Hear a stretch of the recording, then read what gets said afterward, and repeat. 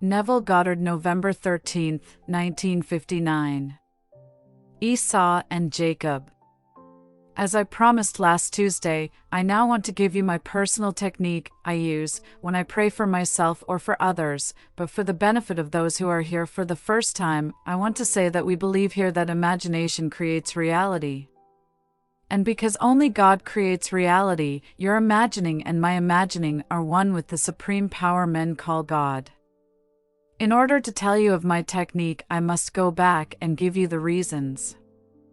I will go back to my personal experiences and tie them together with the Bible.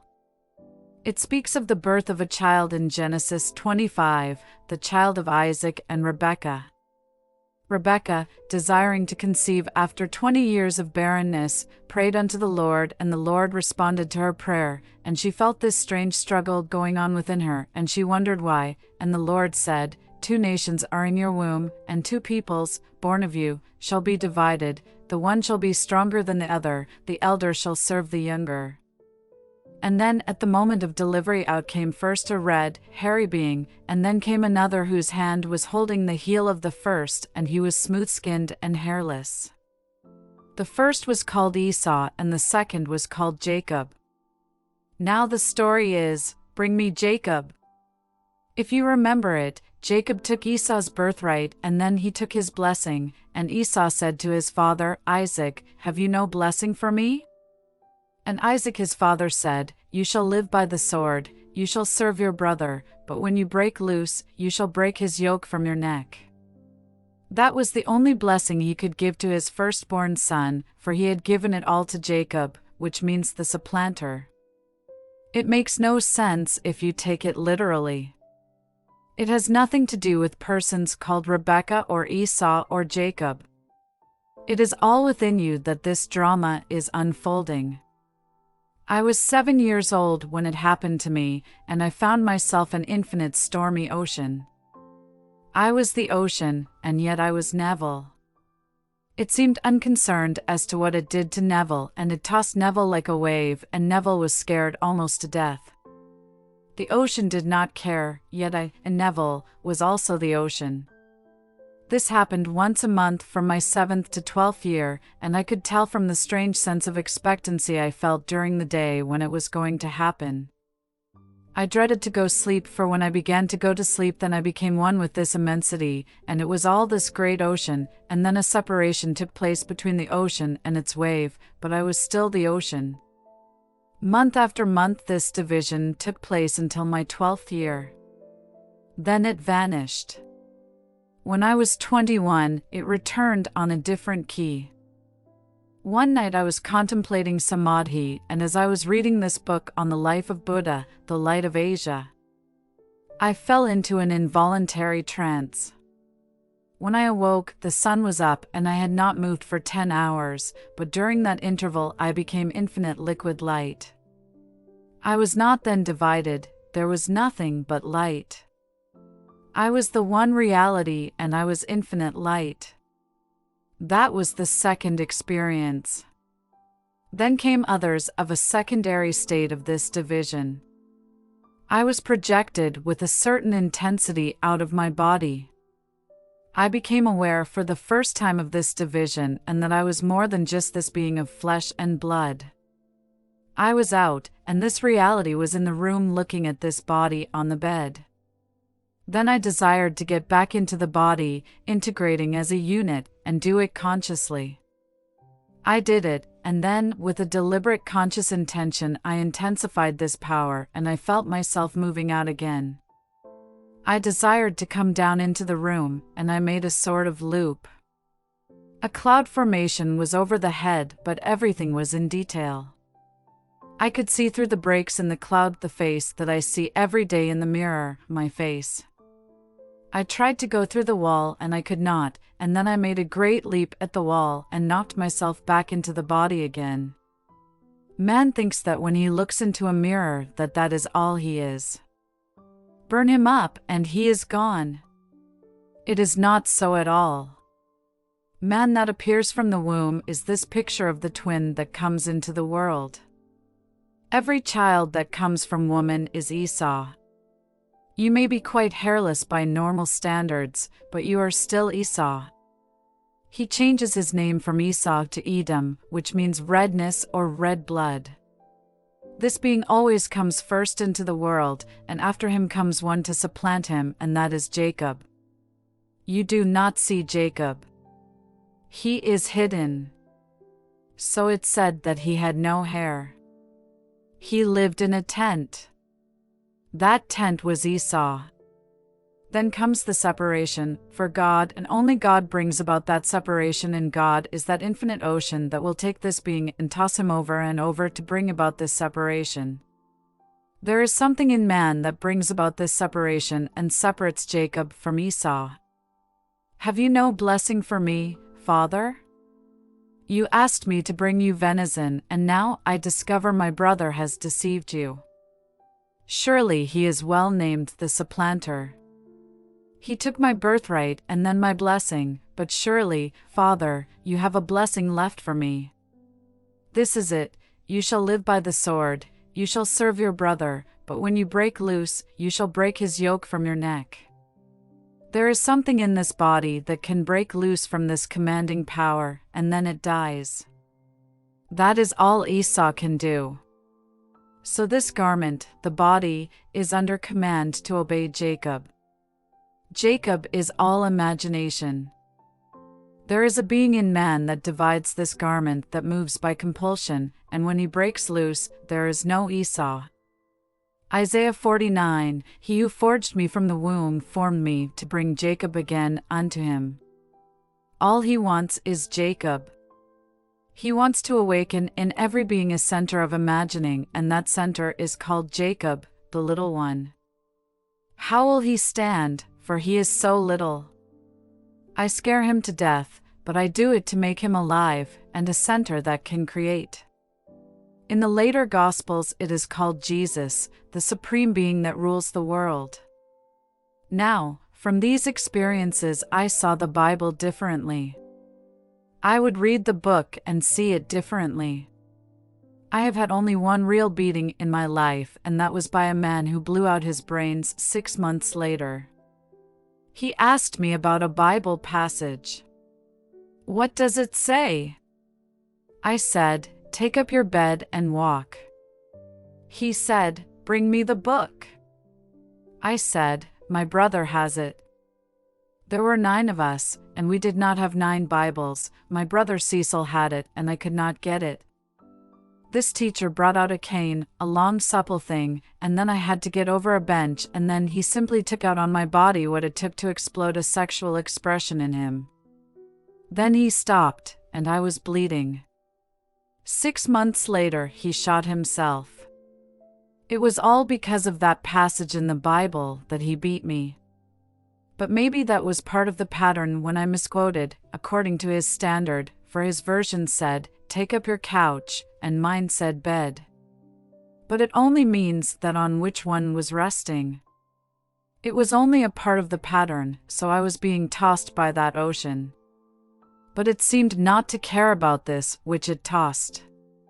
But still, though it was scared, it knew it could not cease to be, and so it was part of a plan to separate it so that it could become a center for creation. So I saw the Bible differently. What is the technique? In my 21st year, when I meditated, I became identified with the bliss I contemplated as a sea of golden liquid light. Then I understood. Absorption. That was the secret. If I became completely identified with a state and named it to the degree that I became absorbed, it worked. What became absorbed? Not the garment, Esau. It was Jacob, which is all imagining. Jacob had to be separated from Esau. 2 nations are in your womb, and 2 peoples, born of you, shall be divided. The one shall be stronger than the other, the elder shall serve the younger. I discovered that the thing divided from this which I washed and fed was my imagination. And then I found I could put my imagination any place in space. I put it into my own nephew, and when my sister looked at her son, who was about to make his exit, she saw not his face, but mine.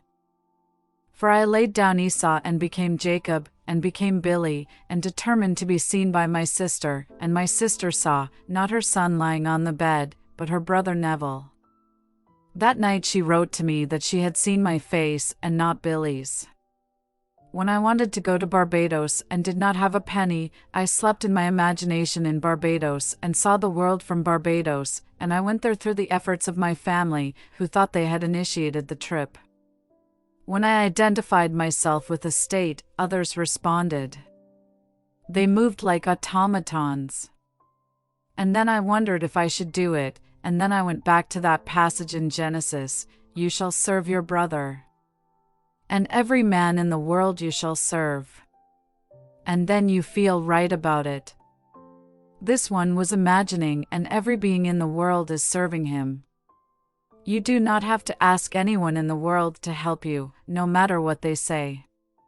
Esau can only live while you have your yoke upon his neck, and when he breaks that yoke off his neck, Esau dies. Yet he perpetuates himself constantly before he dies, that Jacob may put his yoke on another neck. And Jacob is called in the New Testament, Jesus Christ. Here is an exercise that I have found very helpful. At home, where I know what every part of a given room looks like, I sit in a chair facing one wall, and with my eyes closed, I look ahead and see not the wall that is in front of me, but the one that is behind me. I see that wall in my mind's eye, and it is now in front of me. Then the room has reversed itself, or I have reversed myself. Throughout the whole Bible, there is this tone of reversibility. I discovered as I read it that it means this. So I see what is behind me as if it were in front of me. Here is another exercise. I would sit physically in my living room in New York City and assume that I was actually standing on the street in front of my apartment house, and standing there on the street I would see details on the marquee of the building. Physically, I was in my living room on the 16th floor, but in my imagination I was on the street and I was seeing it. Then, still in imagination, I would walk back into the building, come upstairs, and sit down where Esau was. And the next time I actually did go out and took Esau, when I reached the street and looked at the marquee, I saw on it what I had not noticed the last time I looked at it physically. Luckily for me, when this began to appear when I was 7, there were no psychoanalysts in the little island of Barbados, and if there had been, my father could not have afforded them. They would not have known what was happening to me. Luckily for the work I was to do, I was born there on this little island that had no importance in the world and no psychoanalysts. So no one could disturb what my father was doing to bring about this separation. It went on for 5 years, from 7 to 12, and then I was torn apart, but I did not lift that being out until I was 21 and saw it differently. There were not 2 of us, but I was it, and I could say I and my father, but in the beginning I could only call it a stormy ocean. I was it, and I was also Neville. When I was 21 I saw it and became absorbed in it, or else there was no Neville. There came this separation on different levels to show how you can pray. You can be anything in this world. I would take a piece of wood, or a flower, or an animal, and try to feel myself as it, and I finally could feel what it would be like to be a glass of water. For everything emanates from divine imagining, and I am it, so then I am everything. There is nothing but divine imagining, and it and human imagination are one. Let us come back now to the practical side in dollars and cents. A good friend of mine here got a letter from another friend who is a professor and whom I admire very much, but professors are so pedantic. They are so filled with knowing and with data already outdated in view of present findings that they are actually, you might say, full of ignorance. Man is unfolding so rapidly that you are learning from books known to be inaccurate and mistaken. You take unrevised books and commit things to memory, and you get your degree in a university. This professor, Rainer Johnson, wrote my friend regarding the title of my book, Your Faith is Your Fortune. He wrote, "You would like me to comment?" I presume he took the statement "your face is your fortune" and just changed the one word. He did not read the book, yet it says in the book of Proverbs, "He who answers before he hears, it is shame and folly to him." Did you dare to answer before you heard the question? And yet you are not only a professor but also the master of a college in the university.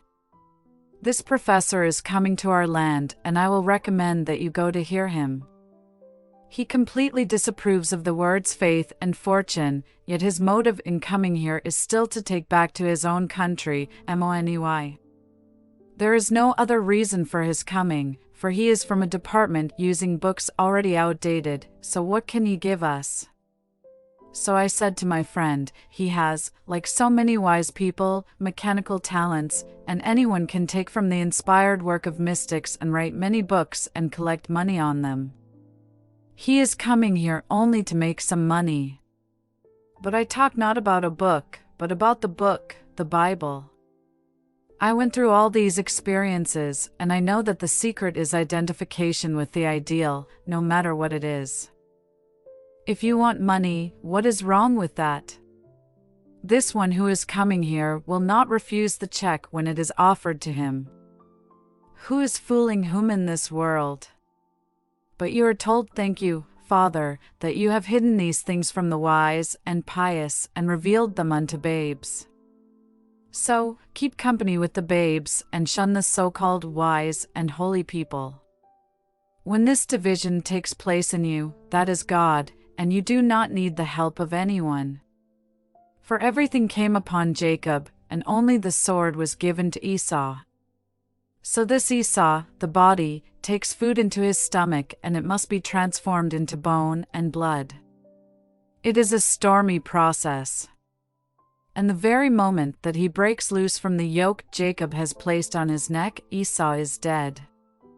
It does not matter, for the immortal you is Jacob, and you cannot cease to be. Let no one tell you that money or anything else is wrong if Jacob wants to exercise his talent for that. Every Esau has to serve Jacob.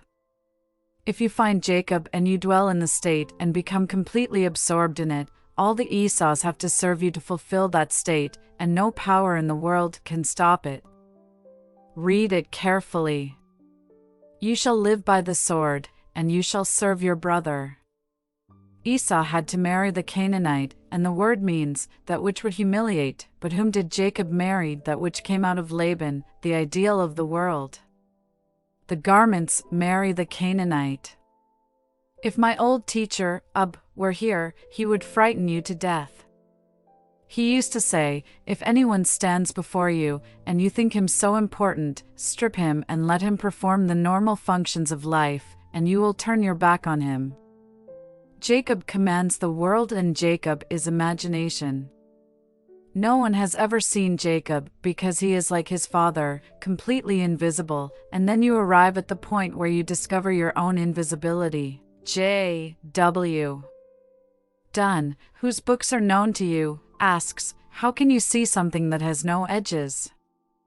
He asked the angel who appeared to him, why can they not see the shadow God is casting over the world? And the angel replied, because it has no edges. He thought that was right, for it is impossible to see a this without a not this to make comparison. But that is not true, for when man discovers Jacob, he has no edges, but he is more real than all the Esau's of the world.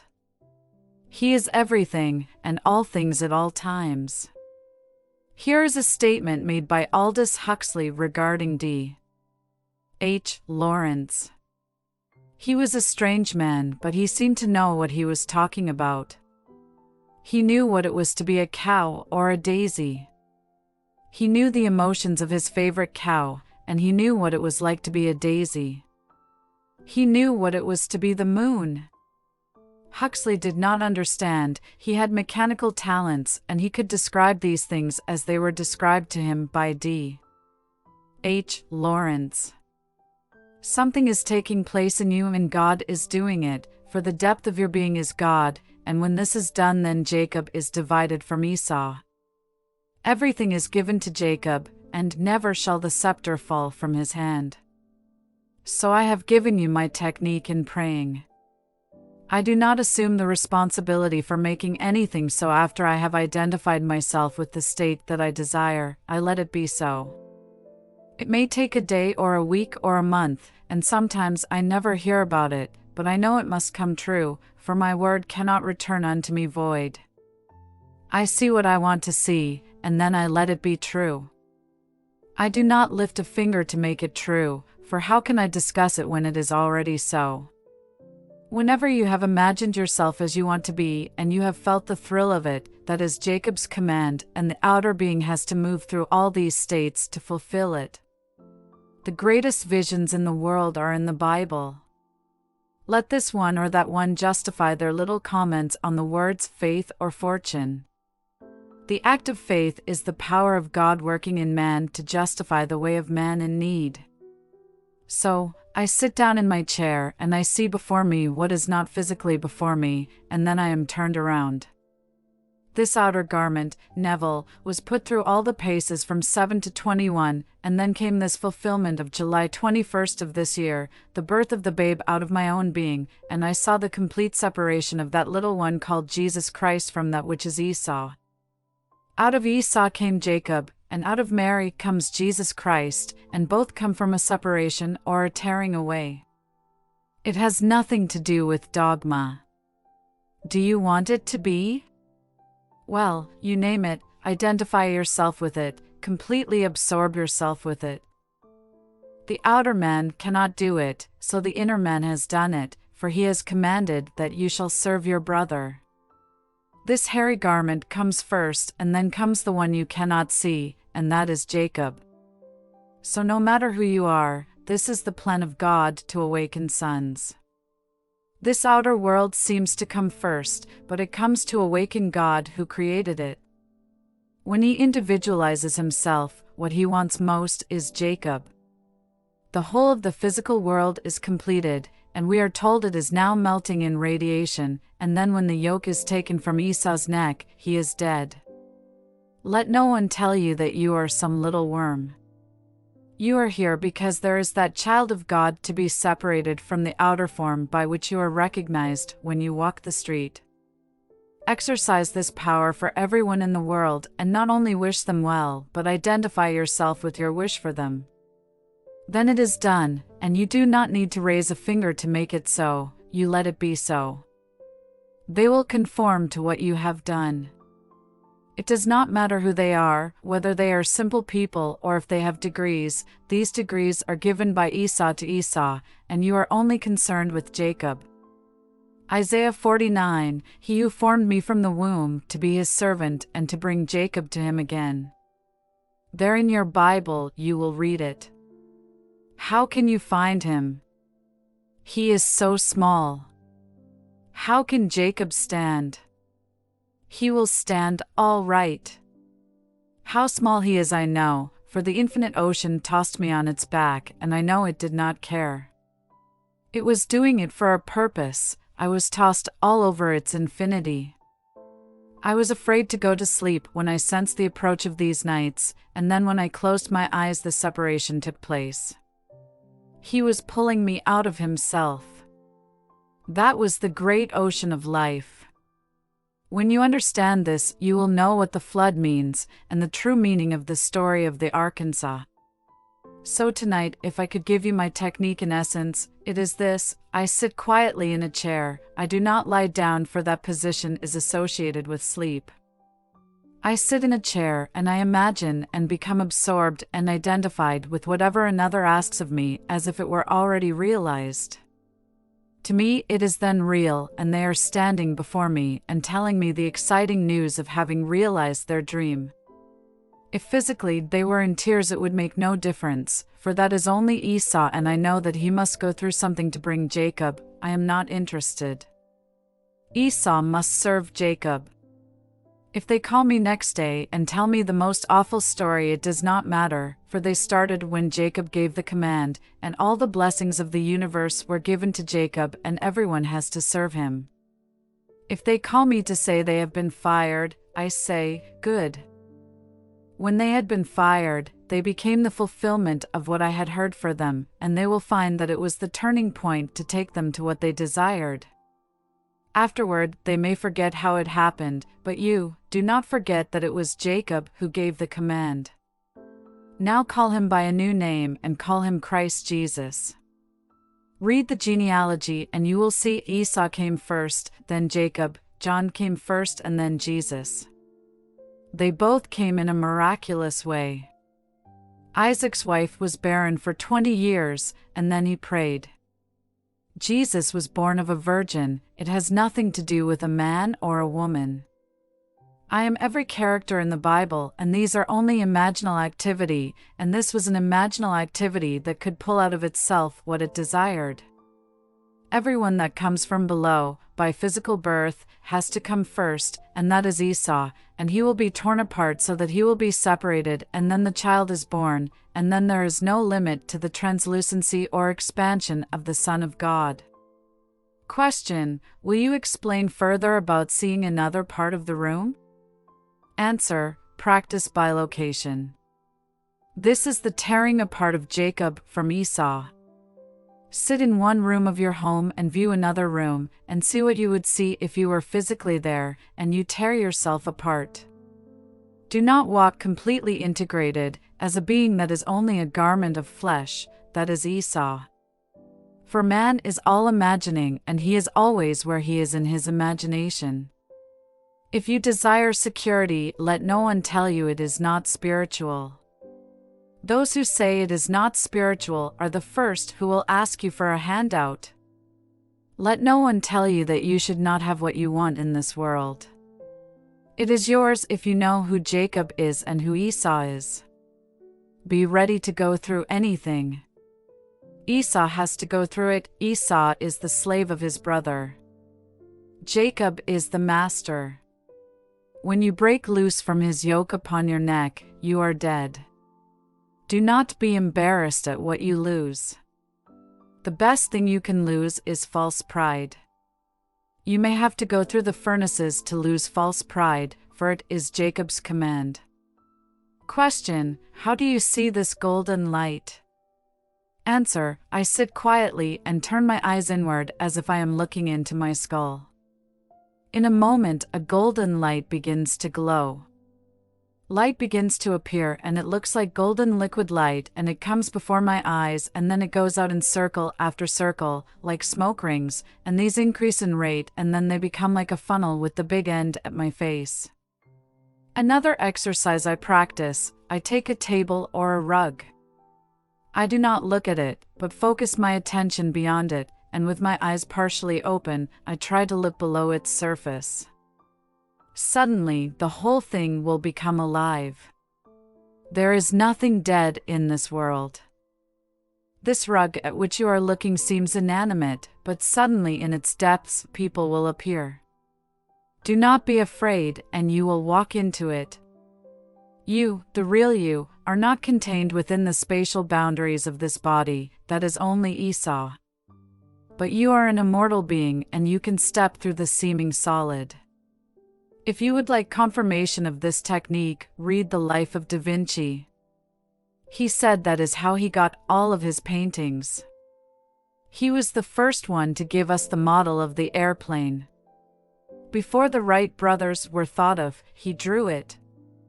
He said that when he wanted to paint he would look into a modeled wall, and then all these people came out dressed in costumes, and they were not paid models. Take a wall in your home, or look at the fireplace stones, they will become so familiar, and then the wall will change its face. It changes with your mood. Often it is a little girl, then it changes, and is something entirely different. Your senses begin to expand, for there is something in every child born of woman that is immortal. I personally have no experience to confirm reincarnation as commonly taught, but I do have many experiences concerning worlds within worlds. I cannot tell you if the popular conception of reincarnation is true or false. I know I have always been, and I know I was sent, and that world from which I was sent is real to me, yet I had to go through what this world calls birth, but I do not call that reincarnation. That is the awakening of the sons of God, and there is only one, and that is Jacob or Jesus Christ. The immortal being in you has never been tarnished. You cannot tarnish Jacob. Esau has to go through all these things, and fight all the way. We think there must be some redemption for Esau, but it is Jacob who has been given full control of the whole. We clothe and feed, and even insure Esau.